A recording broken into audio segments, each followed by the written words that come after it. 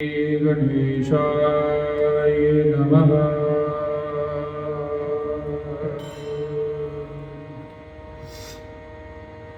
गजाननं भूतगणाधीसेवितं कपितजम्बुफलचारुभक्षणम् उमासुतं शोकविनाशकारकं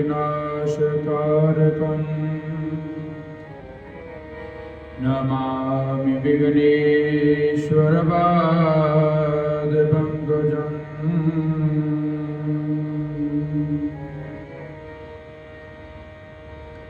सर्वमङ्गलमङ्गले शिवे सर्वार्थसाधिके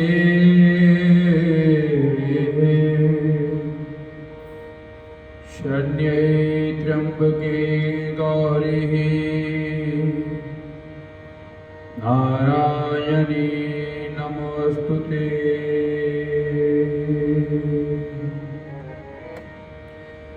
गुरुर्ब्रह्मा गुरुर्विष्णु गुरुर्देवो महेश्वरा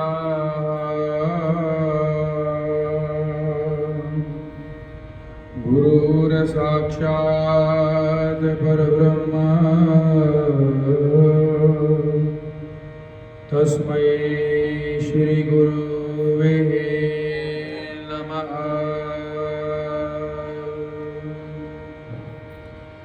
सच्चिदानन्दरूपाय विश्वोत्पत्त्यादिहेतवे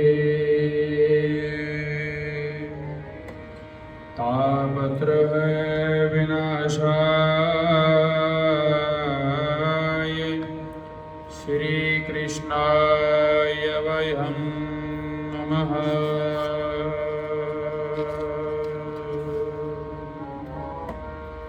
नीलाम्बुजश्यामलकोमलाङ्गं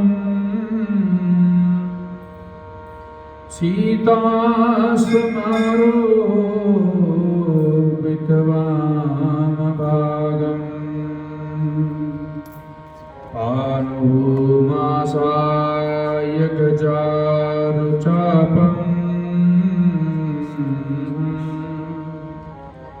नमामि रामं रघुवंशनाथम्।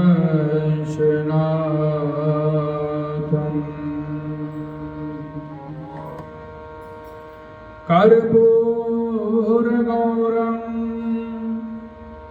करुणावतारं संसारसारं भुजगेन्द्रहारम्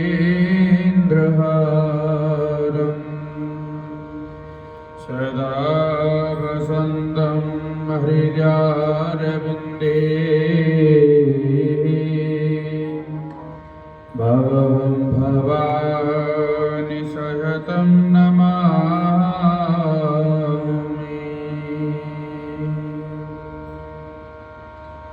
अतुलितबलधामं स्वर्णशैलावदेहं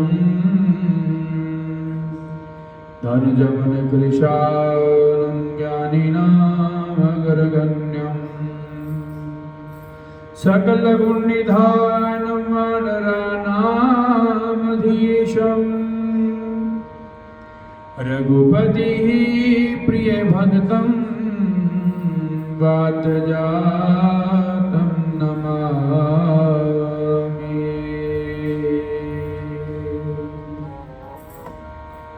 प्रथमे गुरा को वंदना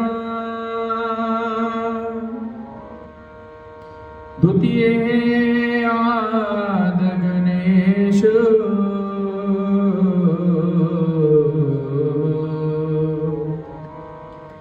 तृतीय सिमरा शारदा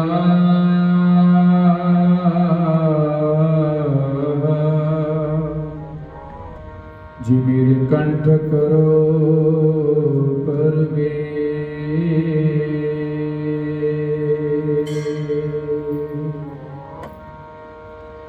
कथा प्रारंभ होत है, आहो वीर हनुमान।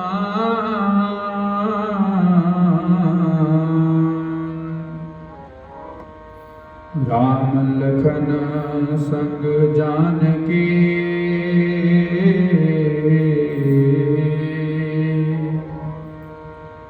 सबका करो कल्याण। श्री सीताराम भगवान की जय हो।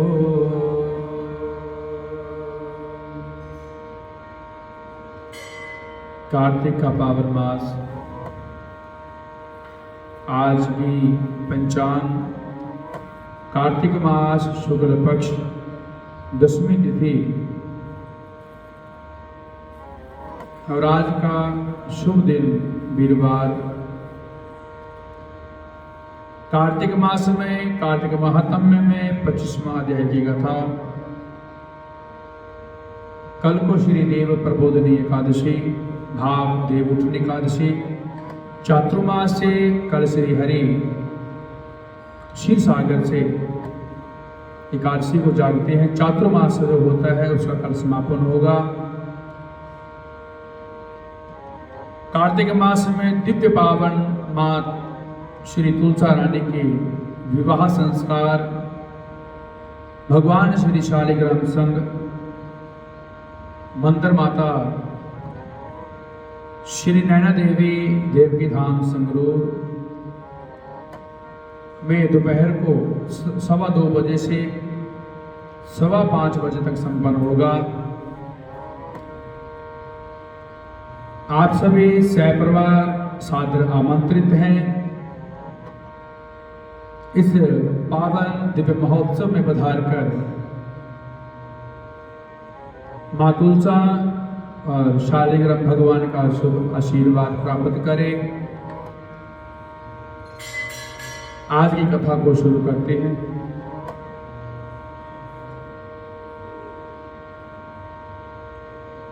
श्री राम जय राम, जय जय राम,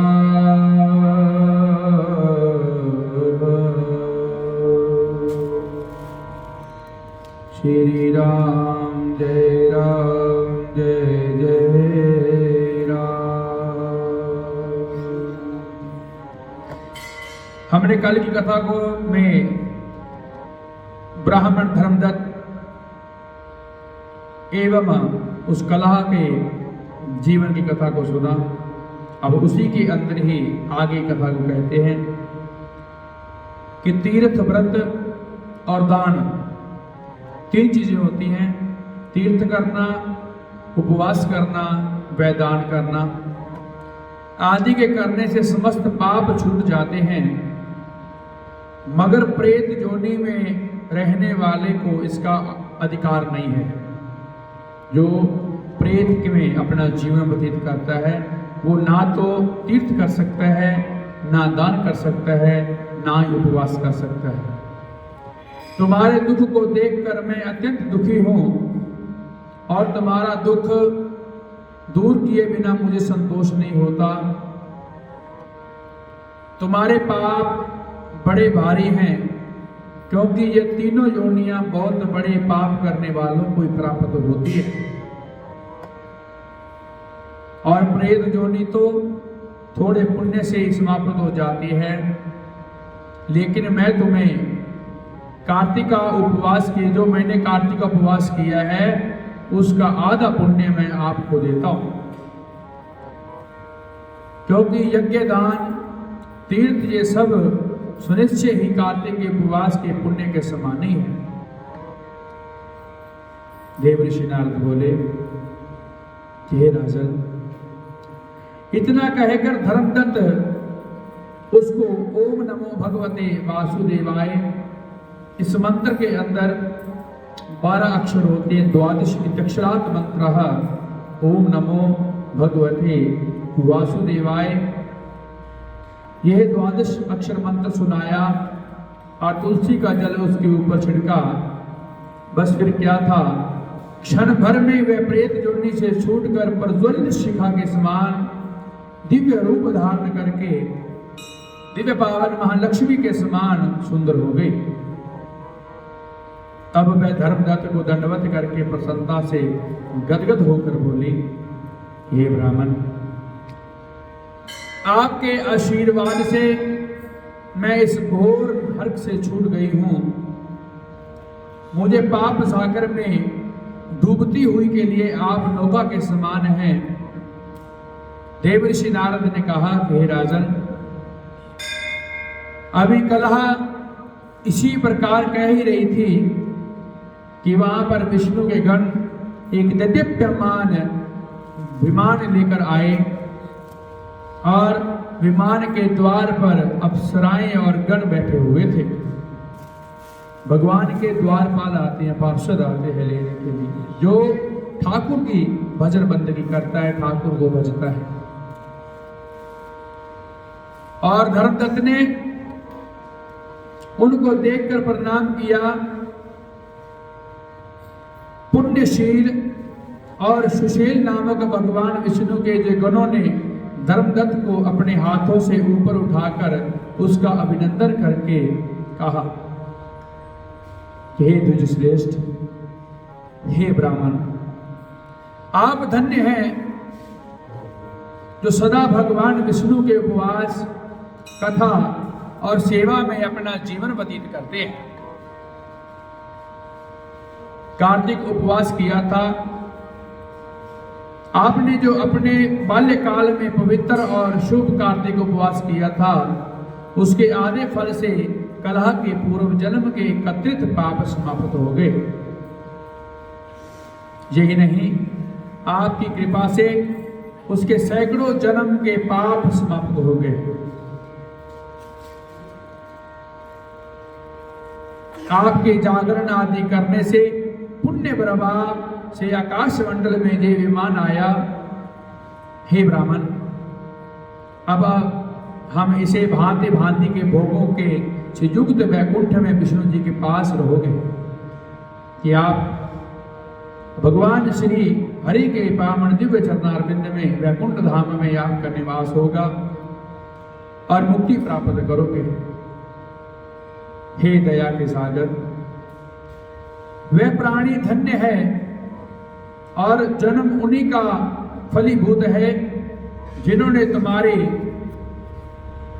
भांति विष्णु जी की भक्ति की।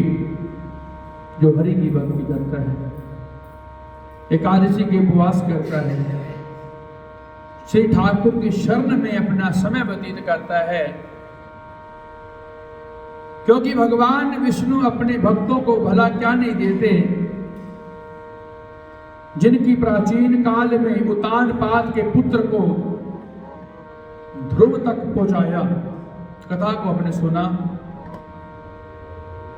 उतानपाद के पुत्र हुए ध्रुव भगत जी, जिसको आज आकाश मंडल में देखा जाता है और जिसके सिमरन मात्र से प्राणियों की मुक्ति हो जाती है। प्राचीन काल में विष्णु जी केवल अपने नाम के स्मरण से आप द्वारा पकड़े हुए हाथी को हस्त जोड़ने से मुक्त करके जय नाम देकर अपना पार्षद बना लिया था। हमने कथा सुनी गजेंद्र मोक्ष, जिसके अंदर एक हाथी है और एक मगरमच्छ है। जब वही उसी जल के भीतर रहने वाला मगर हाथी के पांव को पकड़ता है तो वो हाथी भगवान श्री हरि का चिंतन करता है। तो वहां से उसको छुड़ाया, गजेंद्र को मोक्ष दिया और अपना पार्षद बना लिया, अपना गढ़ बना लिया, द्वारपाल बना लिया, जय नाम रखा गया। इसलिए तुम अपनी दोनों स्त्रियों सहित 1000 वर्ष तक भगवान विष्णु के पास निवास करोगे। जब तुम्हारा पुण्य क्षीण हो जाएगा तब तुम सूर्य वंश में अपनी दोनों रानियों के साथ राजा दशरथ के नाम से प्रसिद्ध होंगे। जब तुम्हारा पुण्य खत्म हो जाएगा अभी तो आपने केवल बैकुंठ में अपना समय व्यतीत करना है, भगवान के चरणों में। जब वो खत्म हो जाएगा तो आपने अपनी दोनों रानियों के संग सूर्यवंश में राजा दशरथ के नाम से आपने अपना जो आपके पास समय होगा उसी को व्यतीत करना होगा। तथा ये कला तुम्हारे आधे पुण्य की भागीदार होने के नाते तुम्हारी तीसरी भार्या होगी और वह भगवान विष्णु पुत्र के रूप में तुम्हारे पास रहेंगे और देवताओं का कार्य करेंगे। रावण को मारना दैत्य अपने देवताओं का कार्य ही था। जब देवता हवन यज्ञ करते तो राक्षस वहां पहुंचते, तो इसीलिए विश्वामित्र उनको लेके गए थे कि आप हमारे यज्ञ की रक्षा कीजिए।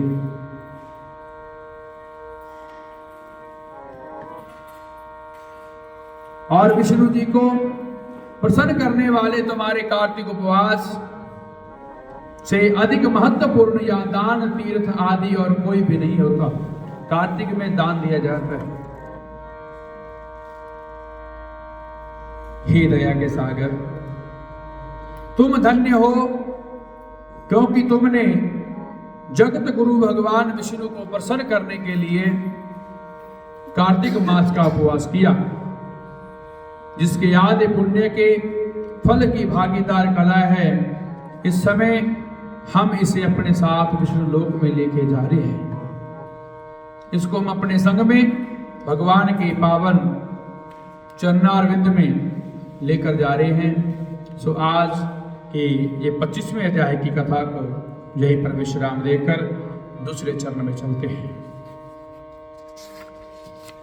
श्रीमन्नारायण नारायण नारायण, श्रीमन्नारायण नारायण श्रीमन्नारायण नारायण नारायण, श्रीमन्नारायण नारायण नारायण, भजमन्नारायण नारायण नारायण, श्रीमन्नारायण नारायण श्रीमन्नारायण नारायण नारायण, भजमन्नारायण नारायण श्रीमन्नारायण नारायण नारायण, श्रीमन्नारायण नारायण श्रीमन्नारायण नारायण नारायण। कहा जाता है कि एकादशी के दिन रात्रि में भगवान विष्णु के नाम से जागरण किया जाता है। जो रात को नहीं कर सकते वो शाम को करें, 1 घंटा आधा घंटा, इतना ही बहुत है। दूसरे चरण की कथा में चलते हैं।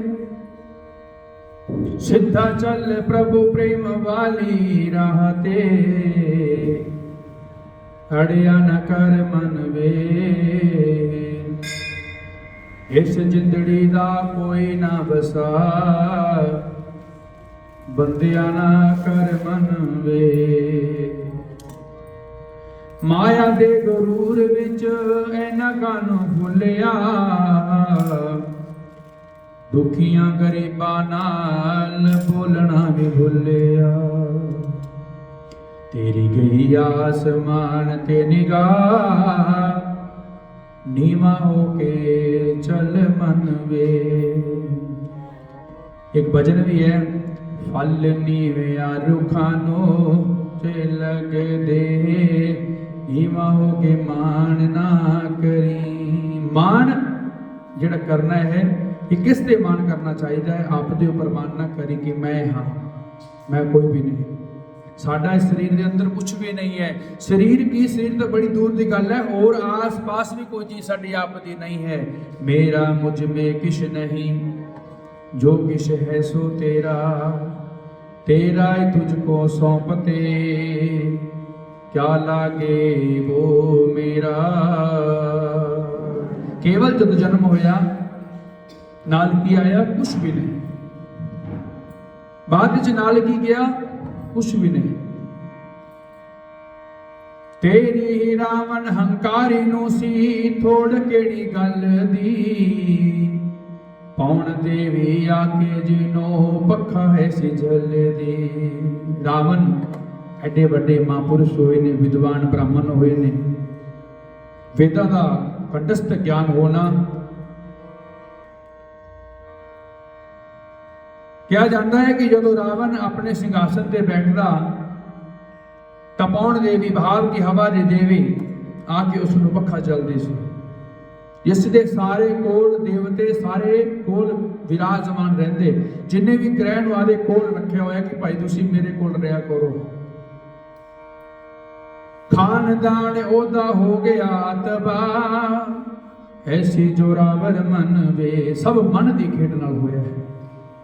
मन ने इहो जिहा काम करवाया कि सारा कुछ ही उस तो चला गया। साथी खाली हाथ गए, होश तेनू आई ना, लखां वालियां दे नाल गए एक पाई ना। सोने सी तेरी काया जल करके राख होगी। हे जीव, कि जदों तू इस जगत ते जाया गया, बच्चा सी, फिर बड़ा होया, तेनू ज्ञान की प्राप्ति हुई। शरीर के 4 आश्रमां का जिहड़ा समय है उसनूं बतीत किया। 100 साल तक शरीर के आश्रम आपदा आपदा काम करते हैं। बचपन बीत जाता है, फिर जवानी भी आ जाती है, फिर बुढ़ापा, बुढ़ापे तो बाद वैसे तो आयुष की अवस्था 3 है, बाल जवानी और बिरध फुन 3 अवस्था जान। 3 अवस्था नूं मन के चल। 4 आश्रम ने, पहला जवानी है, दूजा गृहस्थ है, तीसरा वानप्रस्थ है, चौथा संन्यास है। गए भर दे ओ ठंडे ठंडे सा, छाती हथ धर मन वे। मन नूं जिन्ना चिर मोक्ष नहीं मिलता उन्ना चिर केवल की करना है, ठाकुर की भक्ति करते रहो, हरि की भक्ति करते रहो। एकादशी के उपवास करो, घर में बैठे हो तो कुछ ना कुछ वेद पुराण ग्रंथ को पढ़ते रहो। ध्रुव भक्त की आपने कथा को सुना कि बच्चे ने जन्म लिया था, बच्चे ने मां नूं पूछा सुनीति नूं कि माता पिताजी कौन ने, तो देवी ने कहा जिहड़ा राजा उतान पात होई जिहड़ा पिता है। जदों उसके कोल गया, गोदी 'च बैठिया, बच्चे के पिता ने बच्चे नूं प्यार किया। जदों सुतेली मां ने धक्का मारिया तो बच्चा मां नूं कहंदा आके कि उत्थे गया, मैनूं धक्का मारिया।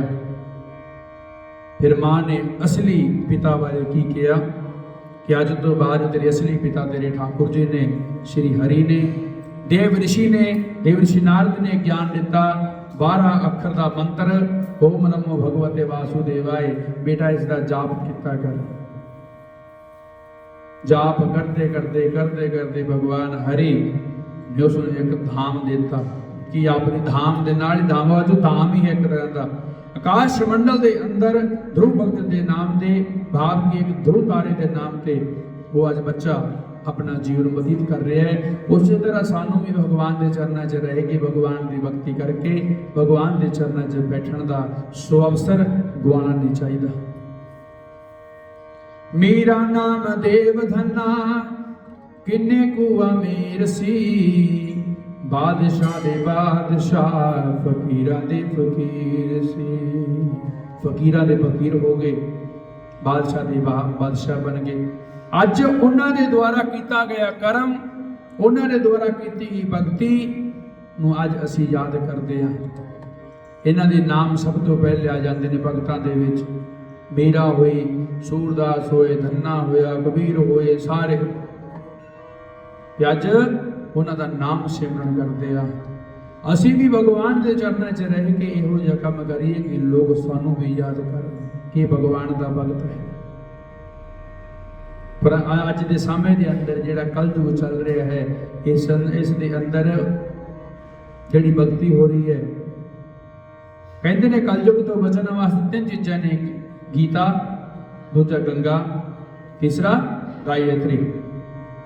तीनों का चिंतन करें, गंगा का स्नान करें, गायत्री का जप करें और गीता का पाठ करें। गीता का पाठ इसमें जरूरी होता है, इसके अंदर 18 अध्याय हैं और 18वें अध्याय का नाम है मोक्ष। मोक्ष किसका है? उसी मन का मोक्ष है। अगर हमारा मन मान गया कि हमें मोक्ष, हमें चाहिए शरीर को मोक्ष नहीं चाहिए, केवल मन को मोक्ष चाहिए। मन को मोक्ष मिला तो समझ लीजिए सभी को मोक्ष मिल गया। सारी दुनिया ते ओना दी गवाह, किवें गए तर मन वे, जे तू करना है जीवन निभा, होना मांगो कर मन वे। वो जग जीवन बनाना है, वो जग मन बनाना है, केवल मन ਨੂੰ ਸਮਝਾਇਆ ਜਾ ਰਿਹਾ, खुद किसी नहीं समझ आते। कोई भी तुसी वेद ले लो, पुराण ले लो, ग्रंथ ले लो, उसके अंदर केवल मन ਨੂੰ किया गया है। ये मन चंगा करेगा मन करेगा, माड़ा करेगा मन करेगा, मन नहीं सोच रहे। मन के द्वारा ही इस भव्य कार्तिक महात्म्य में आ पा रहे, सिर्फ केवल मन के द्वारा। मन ने सोच लिया कि आज नहीं जाना तो नहीं जाना, फिर बेचारे बाकी अंक क्या करेंगे, ज्ञान इंद्रिय क्या करेगी, कुछ नहीं कर सकती। मन ने नहीं सोचना है।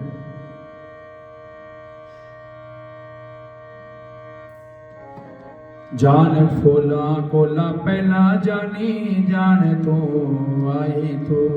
जान कदों आती है? 10 शरीर के अंदर 10 दिन के अंदर 10 जो शरीर बनता है। पुराण लेके देखिए, उसे स्पष्ट है 10 दिनों के अंदर ये शरीर बन जाता है।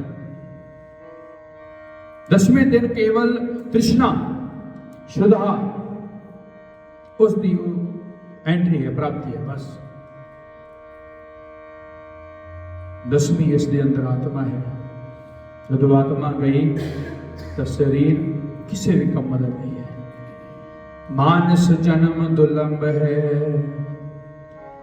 मिले न बार बार, जो बन फल पाक भोय गिरे, बहुर न लागे डार। केवल इतने भी शरीर नू बाद से पहले मन नू समझ आया कि केवल भक्ति करो, भक्ति दे मार्ग के अंदर रह के। धर्मदत्त ब्राह्मण ने अपने तप दे नाल, अपने दिव्य पावन तुलसी वाले जल दे नाल उस कलह राक्षसी का प्रेत योनि तो छुटकारा दिवा दिता। ऐनी ताकत है। तुलसी जो पौधा है वो वनस्पति है, जिसका पानी का संस्कार भी होता है और किसी भी का नहीं होता। तो दूसरी है धात्री है, मालती है, उनका नहीं है, केवल तुलसी का है। क्यों? क्योंकि वृंदा की जो राख थी उसके अंदर क्या था? तप भी था। इसीलिए तो उसका तप दिव्य पावन, उसकी जो ज्योति है वो माँ जगदम्बा के हृदय में जा समाई। तो कल को देवी तुलसा का विवाह संस्कार होगा। आप सभी समय पर पधार कर इस दिव्य पावन विवाह महोत्सव में जीवन सफल बनाए और ठाकुर जी का शुभ आशीर्वाद प्राप्त करें। समय पर पहुँचे। समय पर कैसे भाव है कि 2 सवा 2 पहुँच जाए। ठीक 2:15 बजे वेद उच्चारण होगा। वेद उच्चारण के साथ ही पूर्ण पूजा के संग विवाह पूर्ण होगा। पूर्ण का भाव क्या होता है कि सभी देवताओं का आवाहन करना, देवताओं को अपने पास बैठाना, ठाकुर जी का वर पूजा करनी, वर पूजा के बाद कन्या का आना, कन्या का भाव है तुलसी का आना, तुलसी की पूजा और इनके हथ लेवे, उसके बाद कन्या का दान, अग्नि की परिक्रमा, जो वचन होते हैं, वचन के बाद शुभ आशीष, आशीर्वाद। इसी पाणी ग्रहण संस्कार में जो समय लगता है वही 3 घंटे का समय है, जिसमें केवल आपको उस पाणी ग्रहण संस्कार भाव के 15वें संस्कार के बारे में एक ज्ञान है जो आपको दिया जाएगा। सो इतना कहकर दिव्य पावन तुलसी के विवाह संघ में चलते हैं और साथ में भजन करते हैं, क्योंकि कल को विवाह है। 100 तरह के हार श्रृंगार रस्मां रिवाज होंदे ने करन दे, आप वैसे भजना के नाल ही करांगे। चलिए तुर भी लीजिए। श्री देवाय नमः।